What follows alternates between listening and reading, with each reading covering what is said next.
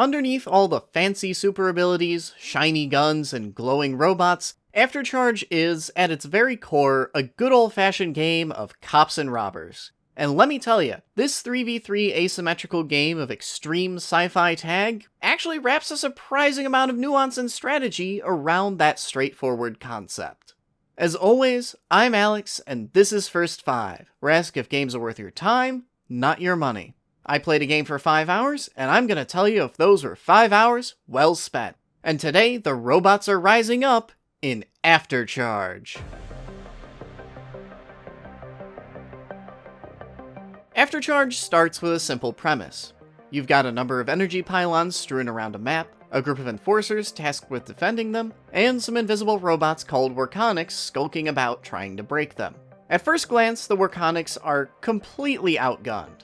Enforcers are invincible while Workonics are fragile, and enforcers have a wide array of guns from SMGs to sniper rifles available to them, while the Workonics are left with just their fists.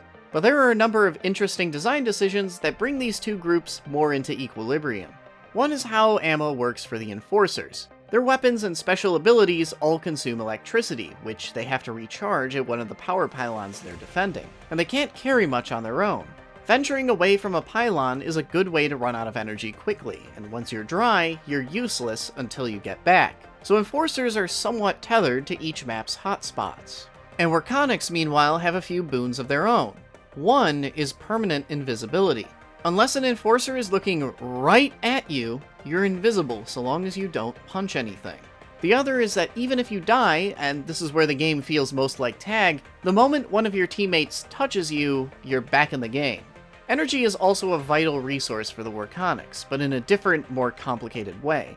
Energy is their life bar, and much like the Enforcers, they can only get more of it from the pylons. But they can also siphon some of their energy to another player. Doing so gives both Workonics a charge of their special ability, and multiple charges produces a more powerful effect. It introduces an engaging risk-reward mechanic to how the Workonics play. I personally find the Workonics more fun, but the core loop for both groups is tightly designed, which is an adjective that can be used to describe Aftercharge in general. This game is shockingly well balanced. You would think that, considering the objectives, enforcers would deploy tag logic and just all stand on top of one pylon and camp it as an entire team. But surprisingly, this is one of the worst strategies in the game, and I've watched other players learn some very swift lessons whenever they try to do it. Instead, the match tends to be a momentum-based tug-of-war. If the Workonics can work up a good rhythm and keep hitting power pylons, they get a lot more energy to charge their abilities with.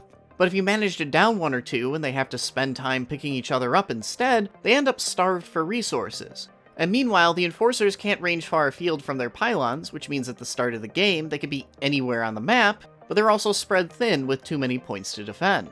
And then as they lose pylons, their power becomes more concentrated, but their zone of control shrinks.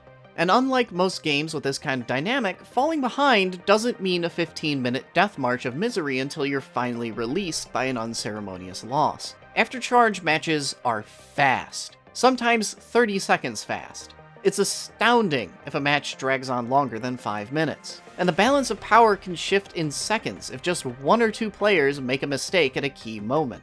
I love how fast-paced and quick these matches are. I played on PC, but I can see the eventual Switch version as a gem of a multiplayer game you can whip out anywhere, anytime, and have time for a few quick matches. And with cross-platform compatibility, there's no concern about what platform everyone else is using. On that note, there are a few more quality-of-life things to mention before we get to our verdict. One, Aftercharge tries to gently ease you into the game. It's multiplayer only, but your first 3 or 4 matches are still going to be entirely inhabited by bots while the game gives you a chance to experience the basic flow of a match. Don't panic. There are people playing this game. It's just going to take a half hour before you get to play with it.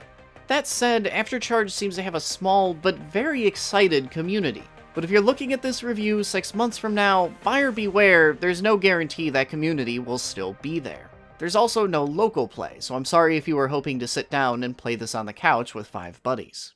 But with those few disclaimers aside, it's time to ask, what do you get out of 5 hours with Aftercharge?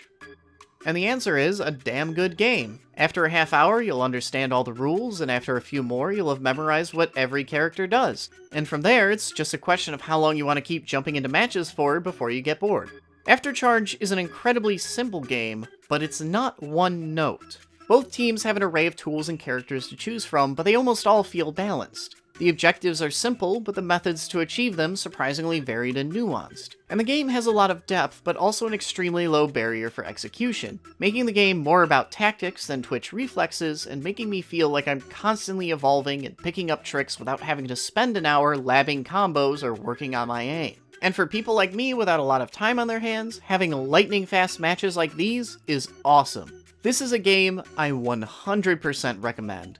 Get it while it's hot and people are still playing it. Hey, I hope you enjoyed this first 5 review.